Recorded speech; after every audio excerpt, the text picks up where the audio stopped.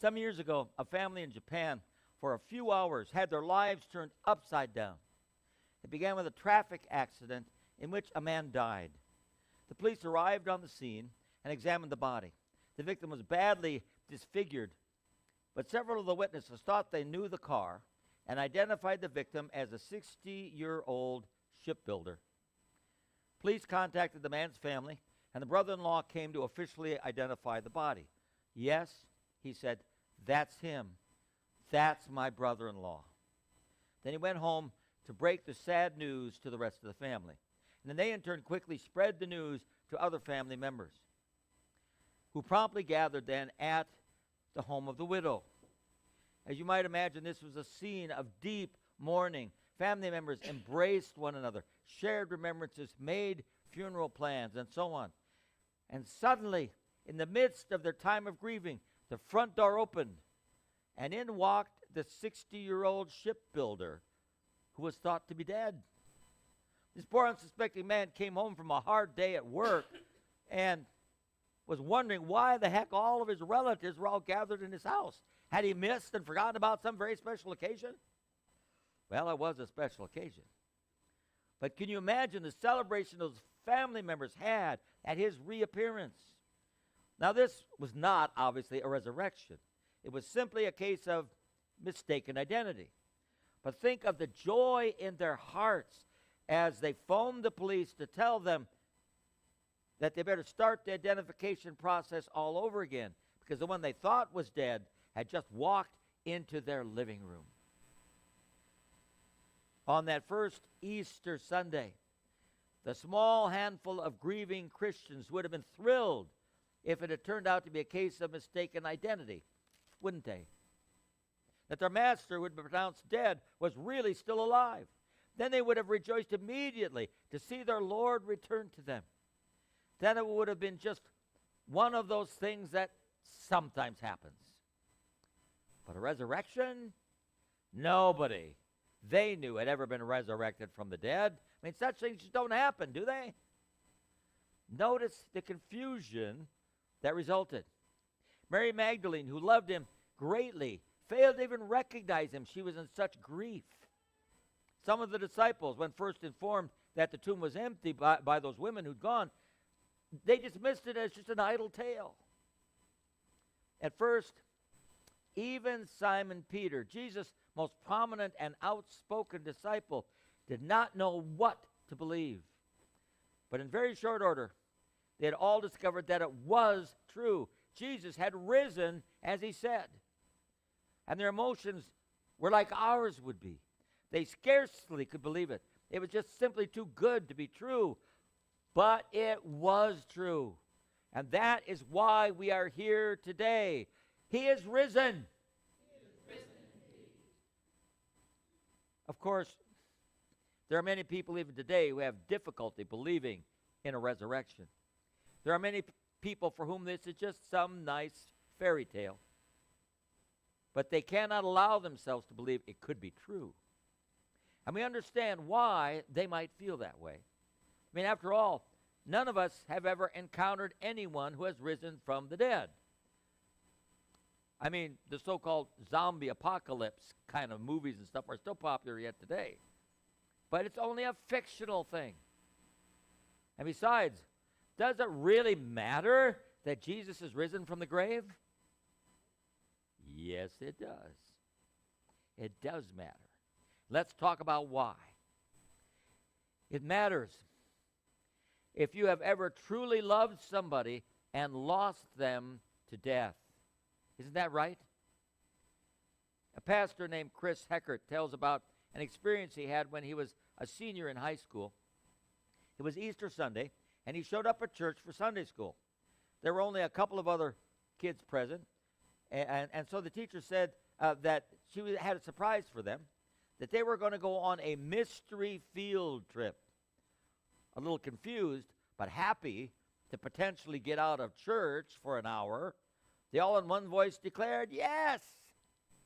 So they shuffled out into her van, which stopped at a local donut shop, and eventually drove up a winding, steep hill to a place Chris was not very familiar with. It was just moments after they reached the top of the hill when the van turned into a gated drive, leading them straight into a cemetery. What kind of sick joke is this? Chris wondered. Shortly after they entered the cemetery, the teacher pulled the van off to the side, and they got out into the cool, damp Easter air. Their assignment was given to them as they ate donuts from a box that had been set on a headstone. They were to walk around the cemetery and read what they saw on the stones.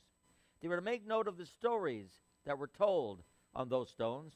They were to become aware of the families, the years, the inscriptions that they would read there on those stones.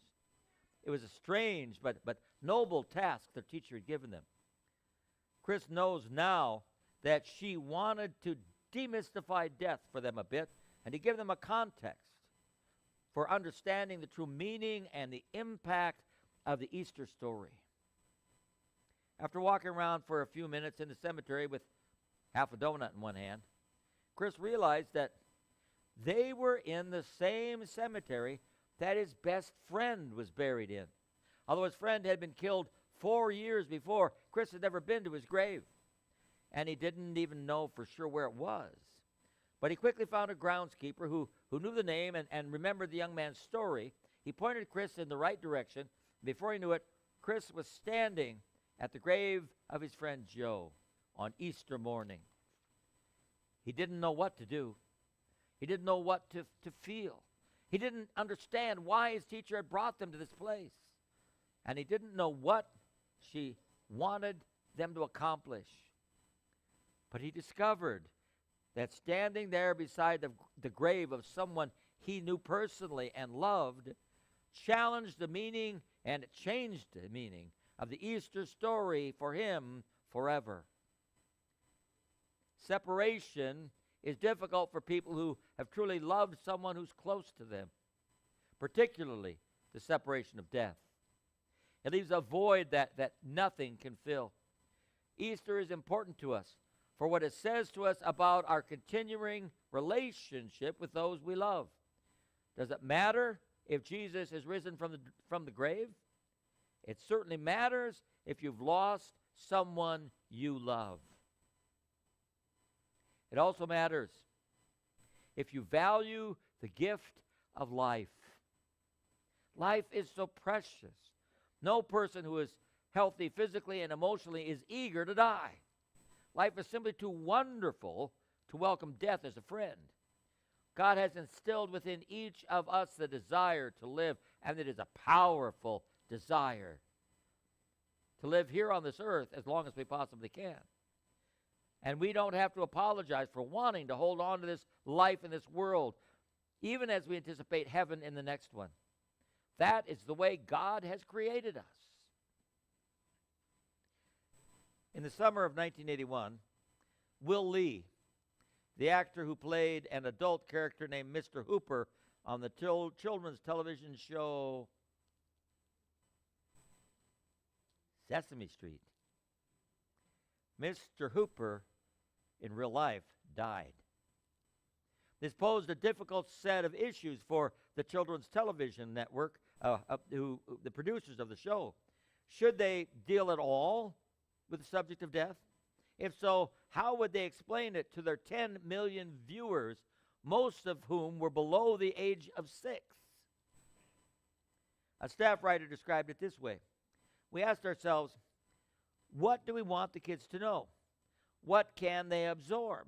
What might open up things we can't answer?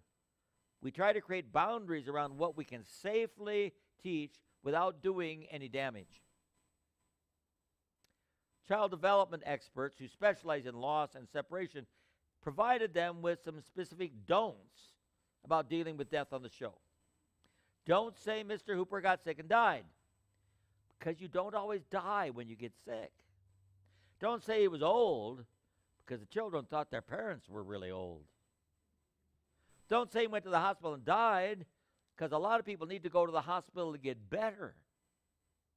The staff also decided to avoid religious issues, such as saying Mr. Hooper had gone to heaven. Well, what about do's? Early on, they decided they were going to say a few specific things. He's gone. Acknowledge the reality. He won't be back, and he will be missed.